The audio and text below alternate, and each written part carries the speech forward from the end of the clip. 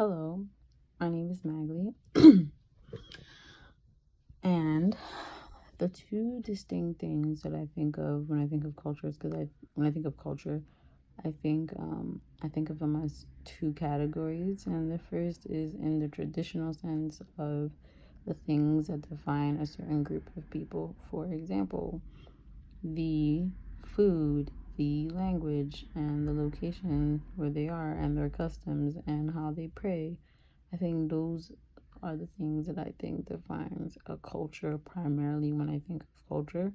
And I think that's because I come from a heavy culture environment. So when I think of culture, I'm like, okay, a culture is defined by what these people do and what is accepted by these people.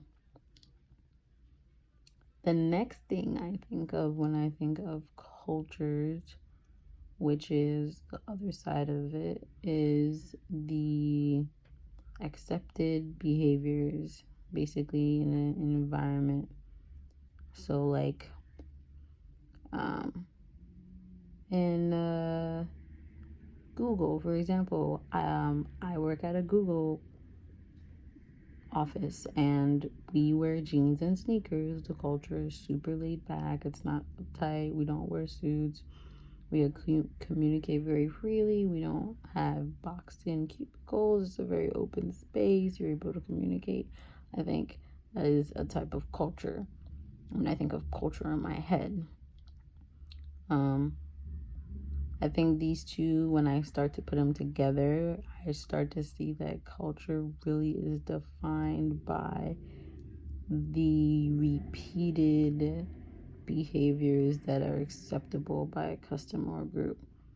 Because traditionally, the culture that's made out of languages and things like that are aligned in my second condition, because it's hard to pick how you guys are going to interact with each other, like how this is going to work, how we feel we're going to progress the best in that kind of culture, corporate culture or laid back culture.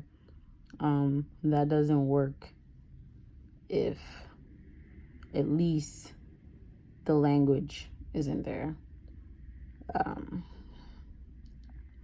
And if the language is there, you might be able to bypass the religious values and the foods that we eat, in order to focus on another part or the key part of culture, I believe, which is the fact that it's just a accepted, repeated behavior that help a group distinguish themselves from another. So when I think of culture, I basically think it's the repeated behavior that is allowed and distinguishes a group.